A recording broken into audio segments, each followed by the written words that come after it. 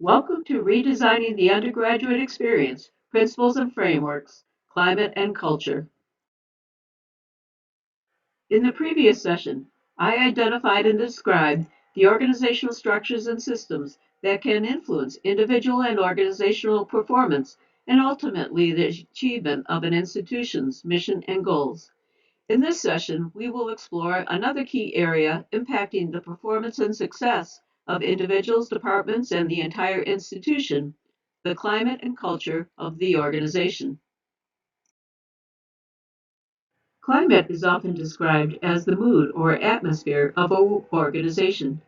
It reflects employees' perceptions of their work environment and influences morale, motivation, collaboration, and overall performance. Climate is the surface level experience of how it feels to work day to day within an organization.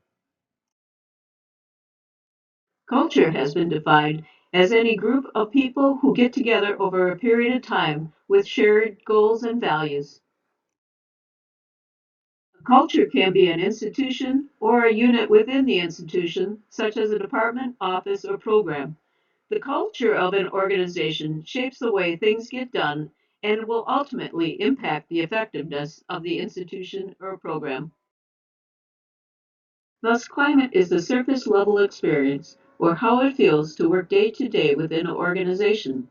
Culture is the deeper set of shared values, beliefs, behaviors, and norms that shape how people interact and work within the organization.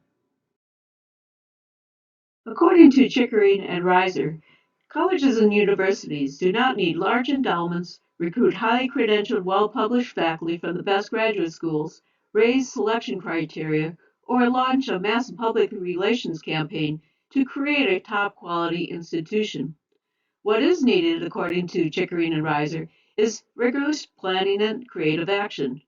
Part of this planning involves creating a culture that promotes human development and encourages the optimal performance of the members within the organization.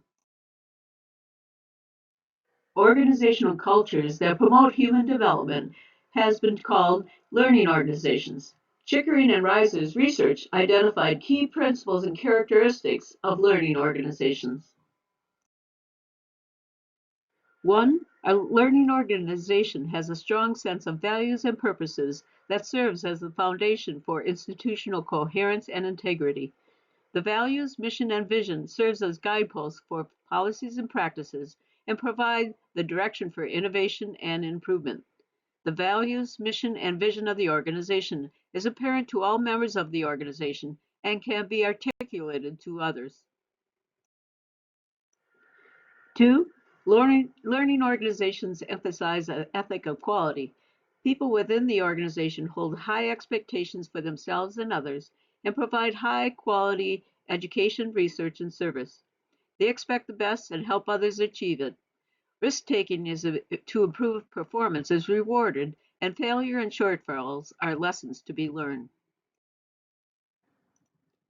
Three, learning organizations recognize that the root source of quality and productivity rests with the rank and file administrators, faculty members, professional staff, and support personnel. Respect for these persons and their individual needs and differences pervades relationships. Policies and practices reflect and continual concern about the quality of their work life and their day-to-day environments. The organization spends time and resources on improving the quality of life for its members. 4, learning organizations has leaders who track societal trends and learns from the people it serves, including students, faculty, staff, and administrators. Quality learning organizations strive to know their students and employees and stay connected with their needs and interests. Resources are devoted to surveying, assessing, and testing members' interests, abilities, aspirations, and skills. This information is used in the planning and development of programs, services, and interventions necessary to meet students and employee needs. It is also used as a part of the strategic planning process of the organization. 5, learning organizations encourage and promote autonomy, innovation, and entrepreneurship. Committees and task forces are effective at getting things done, and project teams are given the authority to act as well as make recommendations about policies and procedures. Learning organizations allow members to have the authority to provide leadership to change, and the members within the organization have the skills and abilities to guide the change and complete team projects. Some organizations provide leadership training to their employees to help them become more effective leaders and team members. 6, learning organizations are action-oriented. Actions are taken even based on partial information. Comprehensive studies, long-range plans, and grand designs are replaced by flexible initiatives that are taken on with close monitoring. New initiatives can be designed and institutionalized within 3 years, although more comprehensive changes in the institutional culture may require more time. 7, learning organizations build upon their strengths and address their weaknesses. The organization utilizes regularized assessment to provide information and details for continual self-reflection and program improvement. Assessment is conducted for the purpose of internal improvement and not in external accountability. And 8, learning organizations invest in professional development. High expectations and regular assessment create continual challenges for program improvement and individual performance. The institution provides resources and rewards that support and encourage reflective practitioners throughout the organization.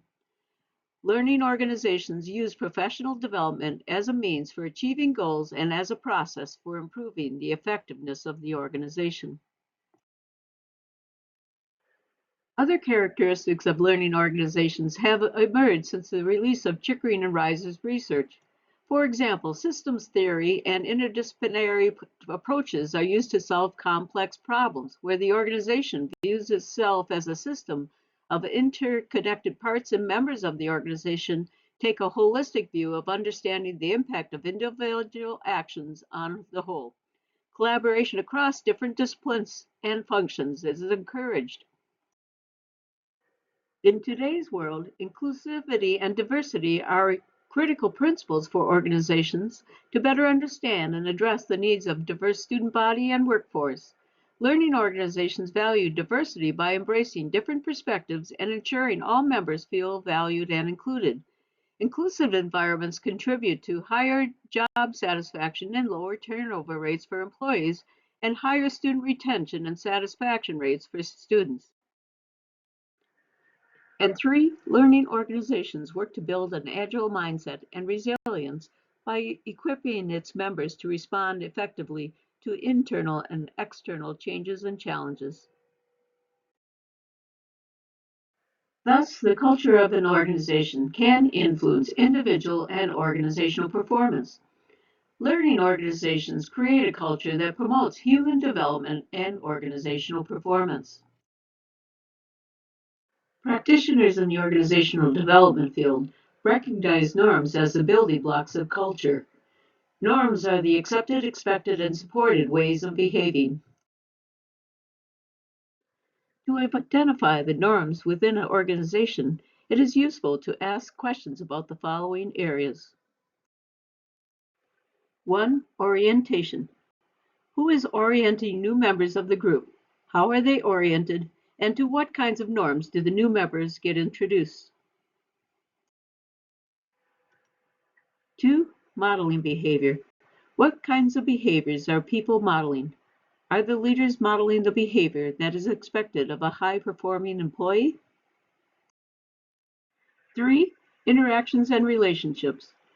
Do people have adequate interaction with others who practice the desirable norms? Do people treat each other with dignity and respect? 4, confrontation. How are behaviors that hinder growth, collaboration, and respect actively confronted and reshaped? 5, communication and information systems. Information and communication systems empower learning organizations by enhancing collaboration, decision-making, and adaptability.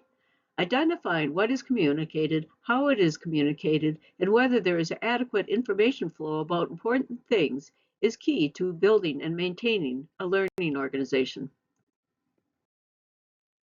6, training. What is trained for? How is the training conducted, and who does the training? Learning organizations invest resources into providing training to its members to ensure they have the knowledge, skills, and abilities to continue to fulfill their roles and responsibilities in rapidly changing times. 7. Rewards and recognition. Recognition and rewards shape learning organizations by reinforcing desired behaviors, boosting engagement, and cultivating a culture of continuous improvement. It is important to assess what behaviors and activities are recognized and how they are rewarded. And finally, when examining the norms of the institution, in terms of resource allocation, it is important to ask, to what do we spend our money? What are we willing to devote our time to? What does assignment of personnel show about our commitments? Thus, norms are the accepted, expected, and supported ways of behaving and are the building blocks for the culture of an institution. Norms have a powerful influence on both individual and organizational behavior and performance. Organizational norms can either aid organizational efforts or be unseen obstacles.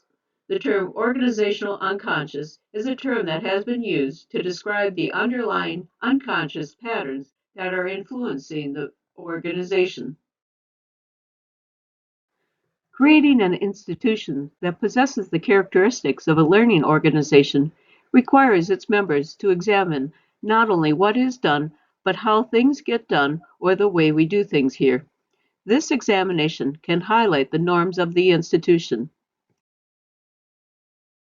Leaders can conduct surveys, focus groups, and interviews to assess the norms in the key areas I described in this session. In conclusion, climate and culture can impact the performance and success of individuals, groups, and the entire organization.